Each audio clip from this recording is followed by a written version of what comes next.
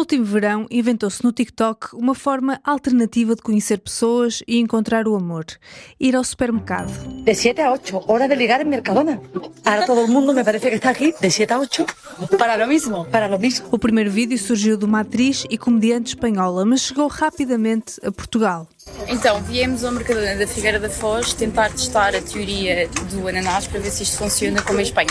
Regra número 1, se você quer encontrar alguém, você pega o abacaxi e coloca ele de pernas para o ar dentro do seu carrinho. Bem, acho que as verduras é para quando querem algo sério e os chocolates para quando querem um encontro casual. O Mercadona manteve-se em silêncio e ainda hoje não sabemos se foi uma genial manobra de marketing ou se a cadeia de supermercados teve apenas sorte. Em Portugal, a moda não parece ter passado disso mesmo. Uma piada, uma oportunidade de fazer vídeos engraçados que, entretanto, como todas as tendências do género, desapareceu. Ninguém com abacaxi, eu já estou desistindo. Mas a nossa experiência não correu bem, só se riram de nós. Mas o sucesso da ideia denuncia algo mais profundo, uma dificuldade cada vez maior em conhecermos pessoas e nos ligarmos a elas. Foi exatamente esse o problema que as dating apps se propuseram resolver quando surgiram em força há pouco mais de uma década. Claro que outros serviços casamenteiros já andavam por cá, mas o nascimento do Tinder, em 2012, facilitou o processo. Likes, DMs, swipe left, swipe right e, finalmente, o tão ansiado match. Esta dança multiplicou-se milhares de milhões de vezes, principalmente em 2020, no meio de uma pandemia mundial que confinou grande parte do mundo às 4 paredes de casa. As aplicações como Tinder, Bumble, Hinge e OkCupid trataram de nos aproximar, mesmo estando fisicamente distantes. Mas 4 anos depois, a tendência parece estar a inverter-se. If you're only going to do one thing today, make sure it's deleting dating apps. A melhor escolha que eu fiz foi parar de usar aplicativos de relacionamento. I don't want to be on the dating apps anymore. It's not fun. It's so superficial and it's also just really exhausting.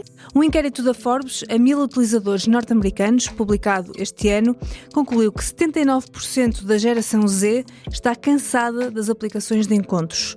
40% dos inquiridos disse que a dificuldade em encontrar uma boa ligação nas aplicações era a maior explicação para o cansaço. E isso verifica-se no negócio.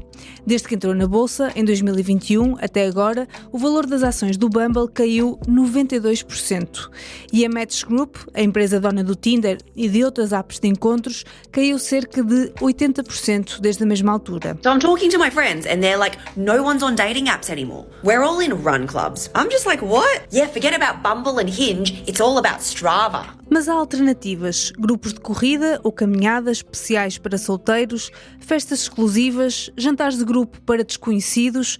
Há ofertas para todos os gostos, mas a promessa é a mesma: ajudar-nos a criar ligações reais, a começar no mundo real. You need to go to Pickleball Open Play between 5 and 8 p.m. on a Friday night. You will meet your husband. Mas como assim? De onde é que vem este cansaço à volta das aplicações de encontros? Estaremos a voltar de vez à forma analógica de conhecer pessoas, independentemente do propósito? Será este o início do fim das dating apps? Este é o Como Assim, um podcast que disseca fenómenos da cultura pop. Nesta temporada, olhamos para aqueles que acontecem dentro dos pequenos ecrãs. Neste episódio, a Leonor Alinho ajuda-nos a perceber o cansaço à volta das dating apps. Para isso, leva-nos a um dos jantares que todas as semanas juntam estranhos à mesma mesa na cidade do Porto. Ouvimos também alguém que tem investigado estas aplicações, um homem que caminha para o seu 50º jantar com desconhecidos e uma psicóloga para perceber o que é que afinal tudo isto diz sobre nós. Bem-vindos ao Como Assim? Eu sou a Inês Rocha.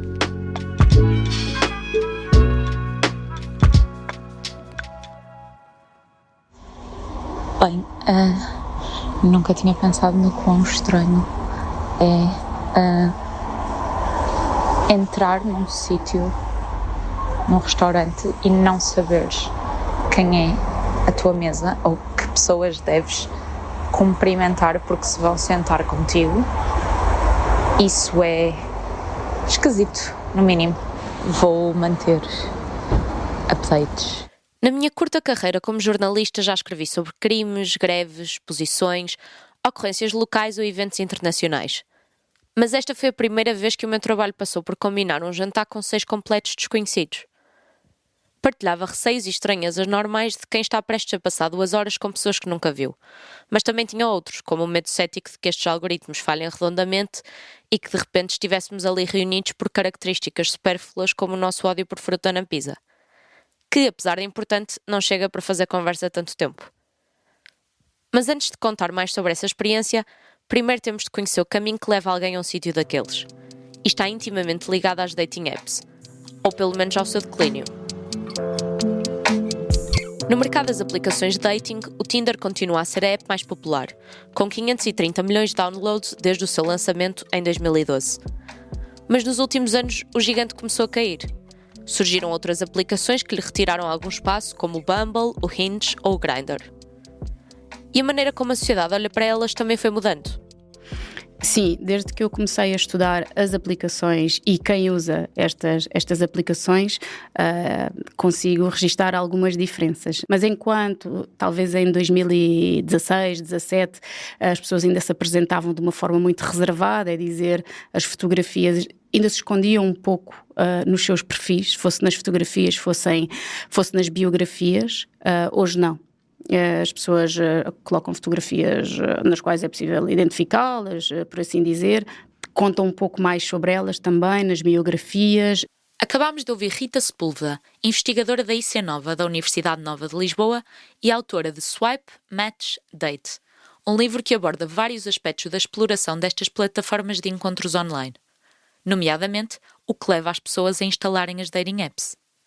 Apesar de serem cada vez mais aceitos, Rita diz que continua a existir estigma à volta deste tipo de soluções. Ainda existe aquela ideia, quem está nessas aplicações é só para sexo, ou quem está nessas aplicações não quer um relacionamento sério, ou também, às vezes, quem usa também prefere dizer que conheceu o parceiro ou parceira noutro sítio sem ser numa aplicação. E isso tem a ver com o julgamento que pode ocorrer por parte dos outros, que ainda existe. A investigação de Rita prova que não há um só motivo para recorrer à tecnologia relacional. Há muitas motivações diferentes para alguém instalar uma aplicação de encontros, além das mais óbvias. As faixas etárias mais comuns estão entre os 24 e os 45 anos. E nem todas as pessoas estão à procura de relacionamentos. Quando perguntamos qual é o motivo para usar estas aplicações, a resposta imediata é conhecer pessoas. E quando começamos a perceber o que é esse conhecer pessoas, é de onde surgem as demais motivações. Ok, eu quero conhecer pessoas com as quais desenvolver um relacionamento, seja esse relacionamento curto ou longo. Eu quero conhecer pessoas com as quais ter apenas relacionamentos sexuais. Eu quero conhecer pessoas para alargar a minha rede de amizades. Mas depois também existem outras motivações como entretenimento, estar nestas aplicações para passar o tempo, ver quem lá está, ver o que é que acontece sem grande expectativa à partida. As aplicações de encontros são muitas vezes associadas a pessoas com dificuldades sociais no mundo real, mas Rita Sepúlveda esclarece que não é bem assim. Talvez quem tenha dificuldade em conhecer pessoas que não seja através das aplicações, também terá dificuldade em conhecer alguém através das aplicações. E porquê? É relativamente fácil ou simples ter um match ou fazer match, mas esse é só o primeiro ponto. E o objetivo de estar numa dating app deverá ser sair da dating app. E talvez nesse momento essas pessoas que têm mais dificuldade, como estava a mencionar, não é? Que possam ter mais algum tipo de dificuldades, essa dificuldade manter-se-á. Mas se à partida o objetivo de quem está numa aplicação de dating será, como diz Rita, sair da aplicação, ou seja, encontrar o amor e já não precisar mais dela, as coisas não funcionam necessariamente assim. Até porque, se pensarmos bem, esse fim é exatamente o oposto do que as empresas que gerem estas aplicações querem. Mais utilizadores, que utilizem a aplicação por mais tempo e, de preferência, que paguem por elas. A experiência acaba por se tornar desagradável para a maioria. Um inquérito da Forbes Health mostrou que 80% das mulheres e 74% dos homens que utilizavam este género de aplicações estavam insatisfeitos. Segundo um estudo do Pew Research Center, cerca de metade das mulheres abaixo dos 50 tinha recebido uma mensagem ou foto explícita que não pediram. Perante este descontentamento, surgem os desertores. Aos 50 anos, Gaspar Peixoto já experimentou uma série de aplicações deste género numa tentativa de conseguir relações genuínas, mas a certa altura desistiu de tentar. Ou pelo menos por ali. Hoje em dia toda a gente conhece as aplicações de encontro, há cada vez mais, mas falando daquelas mais conhecidas, com mais notoriedade, já tive inscrito várias vezes, aliás, ao longo da minha vida, não é? Mas a minha experiência pode ser o meu caso, mas nunca foi uma coisa que tivesse dado algum tipo de resultado. Na minha opinião, na verdade não se conhece ninguém. Não é? Há ali tipo um jogo de palavras, há aquela coisa espetacular que toda a gente quer dizer uma primeira frase estrondosa, não é? Eu não conheço, quer dizer, há sempre uma pessoa que nós conhecemos que tem um relacionamento duradouro e que se conheceram num Tinder da vida, não é? Há sempre, mas é só um.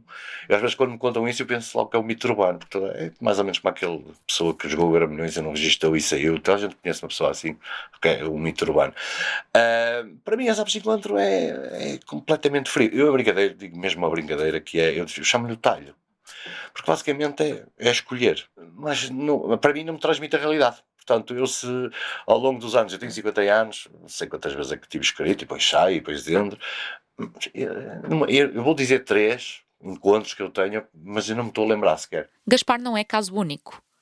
Uma breve pesquisa no TikTok sobre dating apps leva-nos a uma outra realidade. Mulher, não use aplicativo de relacionamento. Se você tá com ele instalado, desinstale. Please, for the love of God, delete the apps off your phone. Dating apps are so dangerous to the human connection. Há quem esteja farto, quem aconselha que se abandone estas aplicações e até quem ofereça alternativas inusitadas, como o Strava, uma aplicação de corrida, e o Goodreads, de leitura. Rita Sepúlveda vê isso com naturalidade. Até porque a utilização de outras aplicações para conhecer pessoas sempre aconteceu. Eu diria que mais do que migração, há toda uma panóplia de aplicações no quais estão pessoas e, por exemplo, no caso do Strava, são pessoas com um interesse em comum, que é a corrida, exemplo, não é? E por que não começar a falar com alguém que tem exatamente os mesmos interesses que eu e combinar, quem sabe uma corrida ou Goodreads através de um livro. Eu diria que não é tão surpreendente. Né? São contextos digitais onde estão pessoas que têm interesse em conhecer outras pessoas que, no caso da Strava e do Goodreads, têm um interesse específico em comum. Porque não partir daí? No que toca a conhecer pessoas e a criar relações, não é preciso inventar a roda. A velha maneira de nos ligarmos, juntando pessoas com interesses mútuos, parece continuar a funcionar. Ainda que agora, como em quase tudo na nossa vida, com a ajuda do digital. Mas há uma grande novidade nos últimos tempos. Os clássicos blind dates, ou encontros às cegas, que as dating apps pareciam ter destronado, estão a voltar.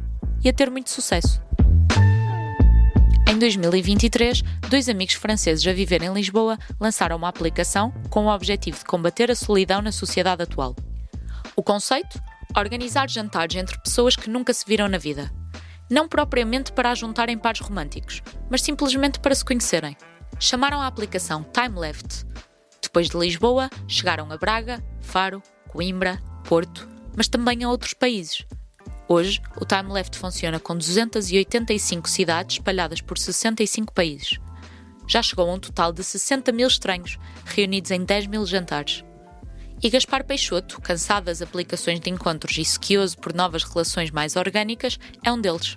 De uma maneira básica, o Time Left é uma plataforma que cruza pessoas supostamente com gostos ou um perfil parecido, em que todas as quartas-feiras, em vários locais do mundo, encontramos com a média de 6 pessoas completamente desconhecidas, supostamente alinhadas com a nossa personalidade, um inquérito que respondemos a priori.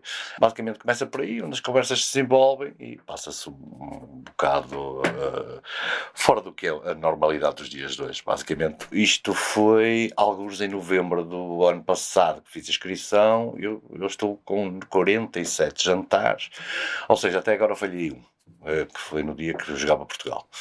Vi a primeira vez, gostei e continuei a vir. Mas o que é que faz alguém ir ao Time Left a primeira vez? Aliás, voltar 46. Eu na altura foi mesmo, achei que a plataforma era engraçada, era uma maneira de conhecer pessoas. Eu sou uma pessoa extremamente extrovertida, gosto de conhecer pessoas e é fácil para mim, mas pensei, mas por que não um conceito diferente, sentar-me à mesa, comer e beber, também gosto muito. E a primeira experiência correu muito bem, lembro perfeitamente, foi no restaurante, no hotel, que agora não me lembro o nome, o restaurante é o restaurante Somos, e a minha mesa foi muito engraçada e logo daí começou a levantar-me a curiosidade. Eu na mesma mesa tinha uma pessoa com 65 anos, norte-americano, que a morar em Portugal há 3 anos, tinha um poeta, okay, que é o que ele faz, escreve e declama, etc. Tinha uma pessoa de Famalicão que tinha uma estufa, então, coisas assim muito, muito dispares. O conceito, para mim, agradou-me, continuei a ir e até hoje posso dizer que as experiências menos positivas, porque não houve mais, foi talvez 2 jantares em que parecia que os santos não se cruzavam, basicamente isso. De resto, tem sempre todas as semanas experiências novas. Eu, pela aplicação, eu consigo ver, por exemplo, quantas pessoas conheci. Basicamente são quase 300 pessoas que eu conheci ao longo de quase um ano, e dessas 300 e qualquer coisa, 80 ficaram em conexão, depois há a realidade, não é? Não há tempo que chegue, não é? Então, se calhar dessas 80 e poucas pessoas, talvez aí umas 12, 13 pessoas hoje fazem parte da minha vida social regular, digamos assim. Para Gaspar, o Time Left veio resolver um problema comum a todos nós: a solidão. Eu acho que aqui o Time Left foi abordar aqui um ponto muito, muito importante, principalmente nas grandes cidades. Há uma solidão disfarçada das pessoas, ok? E eu acho que às vezes as pessoas até acham que andam à procura de um date ou de um encontro, e não é. Às vezes é mesmo pessoas reais e interação real. A verdade é que não se conhecem atrás do computador. Muito menos que num tipo de aplicação de swipe left, swipe right, que é um instante, um segundo, gosto ou não gosto, não é? Então uma pessoa aqui no Time Left, comparando, eu vou-me sentar numa mesa, se calhar todos nós temos às vezes aquele tipo de pessoas que olhamos, não é a minha vibe, mas estamos numa mesa, pelo menos 2 horas vamos estar ali a jantar, à volta disso. E parece que não há muitas vezes a surpresa da primeira impressão, não é, mas depois começa a conhecer a pessoa e é uma pessoa espetacular. Agora, o lugar que vai ter na vida de cada um, não se sabe. Com mais de 40 jantares de experiência, o relato de Gaspar Peixoto devia ser suficiente. No entanto, independentemente do número de jantares, continua a ser o relato de apenas um Time Lefter. Por isso, depois de um inquérito maior do que estava à espera e que já agora atribui uma estranha relevância a signos do zodíaco, foi feita a distribuição de pessoas e fui, também eu, ver o que se passa num jantar do Time Left. Assim como no primeiro jantar de Gaspar, fui ao Somos Lounge and Restaurant, um dos restaurantes parceiros da aplicação no Porto. Éramos 7 pessoas e ninguém sentiu necessidade de usar o QR Code que remete para perguntas quebra-gelo. Menos eu, que fui ver por curiosidade mórbida, mas deixei que a conversa fluísse naturalmente em vez de perguntar que animal gostariam de ser e porquê. Entre nós, os motivos para a lista variavam, mas não muito. No fundo, todos queriam a experiência diferente de conhecer pessoas novas na vida real. Procurei saber o que levou aquelas pessoas teoricamente compatíveis comigo a sair de casa para jantar com sabe-se lá quem a uma quarta-feira chuvosa de novembro. Ouvi Inês Peneda e Sara Maru, ambas com 24 anos. Então, a primeira vez foi a nível da experiência, porque é algo astronómico, algo de conhecer pessoas novas, então eu sou assim uma pessoa um bocadinho aberta, bastante aberta, e por que não experimentar? Uma abertura. A segunda vez, como tive uma boa primeira experiência, por que não uma segunda vez? E o meu feedback é extremamente positivo. Portanto, isto é uma forma também diferente de conhecer as pessoas, a não ser que se calhar seja uma pessoa que gosta de ir para a noite todos os dias, assim, obviamente que é mais fácil, mas se não fores esse tipo de pessoa, que é o meu caso, acho que esta forma, o Time Left, o Bumble, o Tinder, é mais fácil. Vinícius Silva, uma das pessoas no meu jantar, é brasileiro, tem 30 anos e está em Portugal há menos de 1. Confessa-se adepto das conexões do mundo real, mas não gosta de sair à noite. Não vibra com convites para jogos de futebol e as circunstâncias de criar naturalmente uma primeira interação não dependem só de si. Em 99% dos casos, a pessoa está no celular. Então, ela não está olhando quem está ao redor dela, ela está ali no Instagram, ela está ali nas redes sociais e não está sentada com o celular no bolso tomando um café num café. Ela está fisicamente ali, mas com a mente em outro lugar. Então, hoje em dia é difícil por causa disso. Viagens, questões sobre a língua portuguesa, o trabalho e hobbies de cada um e até mesmo o programa Preço Certo foram alguns dos temas que estiveram em cima da mesa com estes estranhos que, confesso, passado meia hora já me pareciam amigos. Provámos comida uns dos outros, partilhámos sobremesas e rimos-nos com histórias.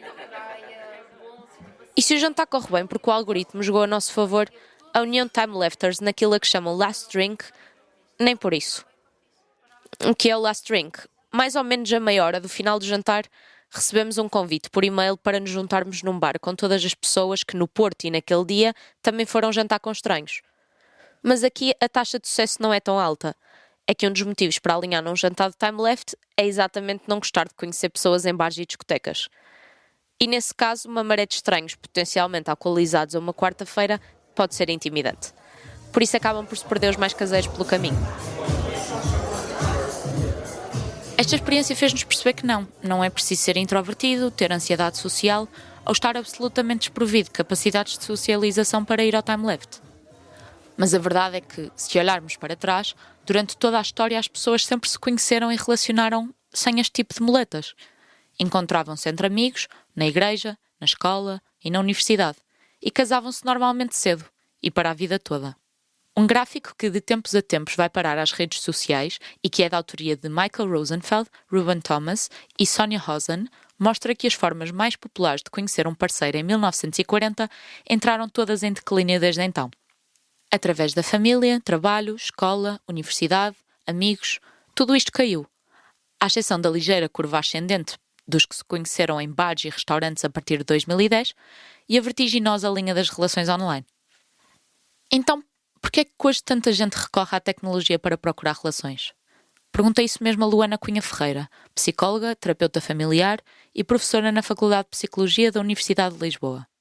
Eu acho que isto tem aqui várias camadas, não é? E uma das camadas é que nós, como humanos, aqui nas sociedades ocidentais, pelo menos, já não funcionamos com uma abordagem comunitária como funcionamos durante muitos anos, não é? Também o próprio formato da relação romântica mudou e agora é muito mais esperado encontrarmos uma pessoa que, no fundo, nos satisfaça a todos os níveis e que responda a todas as nossas necessidades emocionais.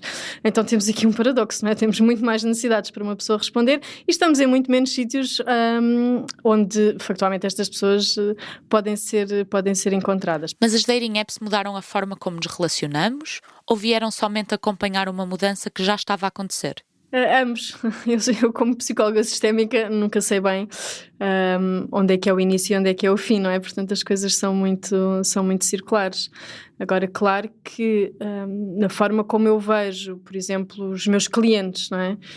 Viverem a sua vida entre casa, trabalho, trabalho, casa, com muito pouco lazer, com muito pouco ócio, com muito pouca comunidade, as dating apps são a solução evidente para, em pouco tempo, e tentando fazer um crivo mais fechado ou mais específico, por exemplo, através de uma boa construção de perfil, para chegar de uma forma mais eficaz a uma bolsa de parceiros potencialmente compatíveis.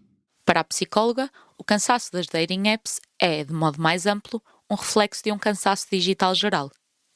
E apesar de algumas aplicações de encontros venderem a ideia de que o sucesso passa por eventualmente sair delas, por termos encontrado o que tanto desejamos, na realidade acabam por adotar estratégias que nos prendem num loop quase infinito de swipes. As pessoas estão cansadas porque neste momento nós estamos sempre em frente a um ecrã, porque andamos com o ecrã no bolso, não é? Mesmo neste momento eu estou a dar uma entrevista em áudio, mas estou em frente a um ecrã também. Portanto, isto nota-se muito que a interação com o digital por si só, independentemente de dating apps ou não, a interação social através do digital é mais cansativa, mas é importante percebermos que as apps em particular são empresas também e, portanto, têm um objetivo muito claro, que é fazer dinheiro e, portanto, ganham mais dinheiro quanto mais tempo as pessoas estiverem em frente ao ecrã. E isto, obviamente, é válido não só para apps, mas para todo o mundo digital que nos rodeia. Grande parte destas aplicações podem ter uma versão gratuita, mas quase todas se baseiam no modelo de subscrições. As funcionalidades mais aliciantes, como o modo incógnito, a possibilidade de fazer gostos ilimitados ou de ver quem tem interesse em nós, estão sempre atrás de uma paywall. No ano passado, o Tinder chegou mesmo a lançar uma subscrição premium no valor de quase 500 € por mês. E para quem não quer pagar, é possível desbloquear funcionalidades interagindo cada vez mais com a aplicação. Há até aplicações a criar moedas próprias para que os utilizadores comprem novas funcionalidades. Portanto, em parte sentimos-nos frustrados porque para atingirmos realmente a finalidade de estar na aplicação, temos de pagar.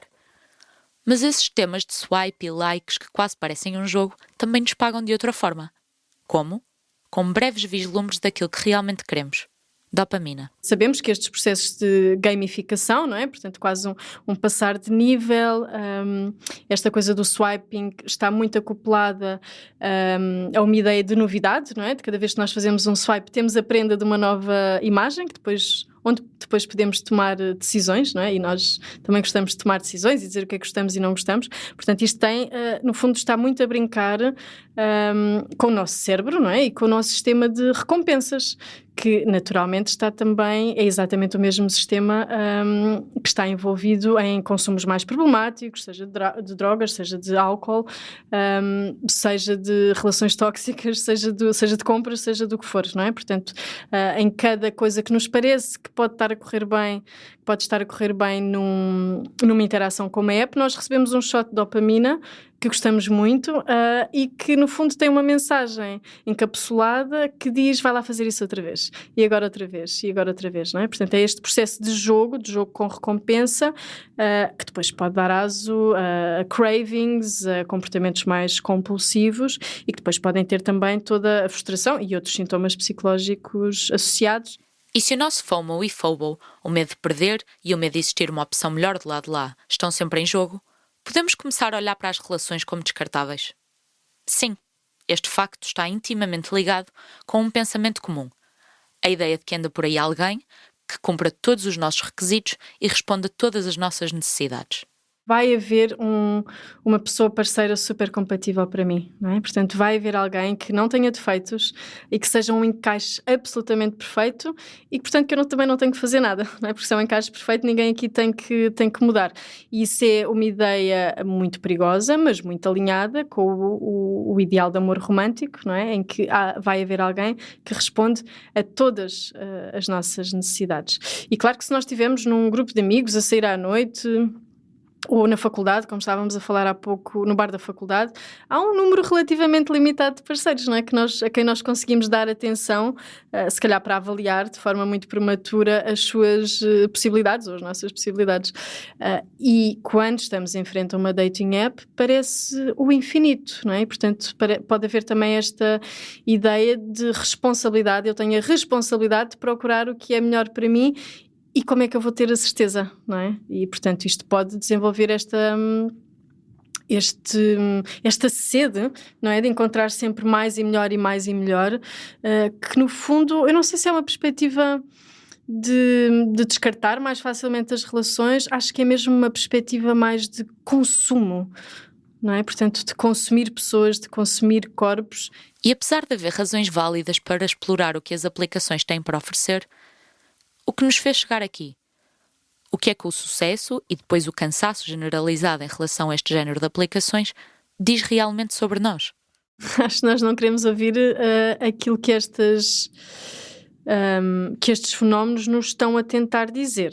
E eu acho que aquilo que estes fenómenos nos estão a tentar dizer é que aquilo que nós estamos a fazer nesta sociedade não está a funcionar.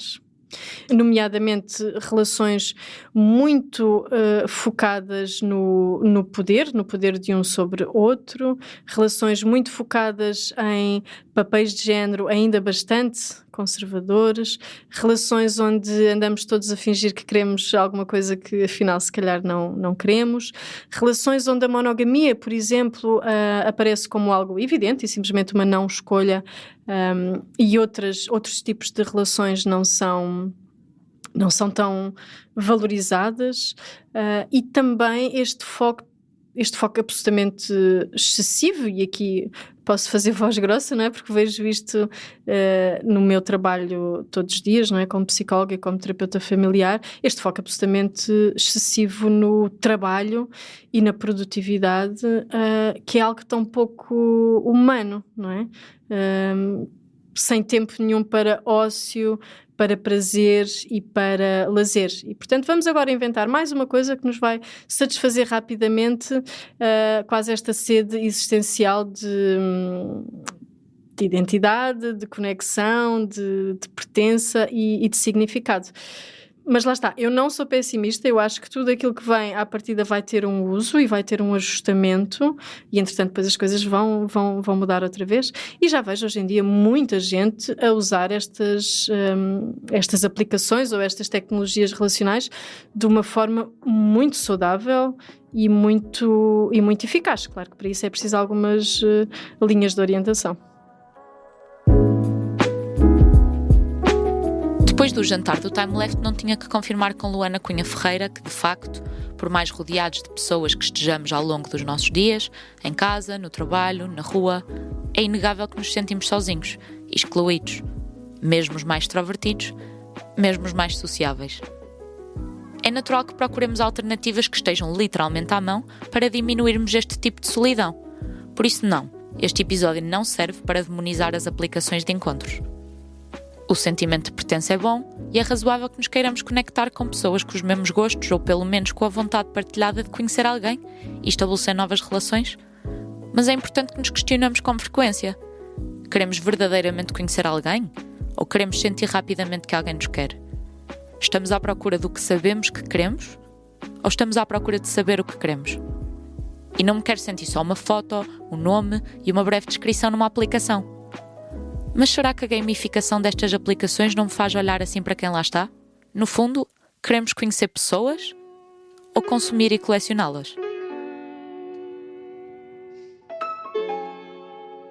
O Como Assim é um podcast do Público. Este episódio foi produzido e narrado pela Leonor Alhinho. A sonorização e edição é minha, Inês Rocha, com coordenação da Patrícia Jesus. Se gostaste deste episódio, não te esqueças de fazer seguir na plataforma onde ouves para não perderes os próximos episódios. E deixa-nos a tua avaliação. O Como Assim volta na próxima quinta-feira à tarde. Até lá, boa semana!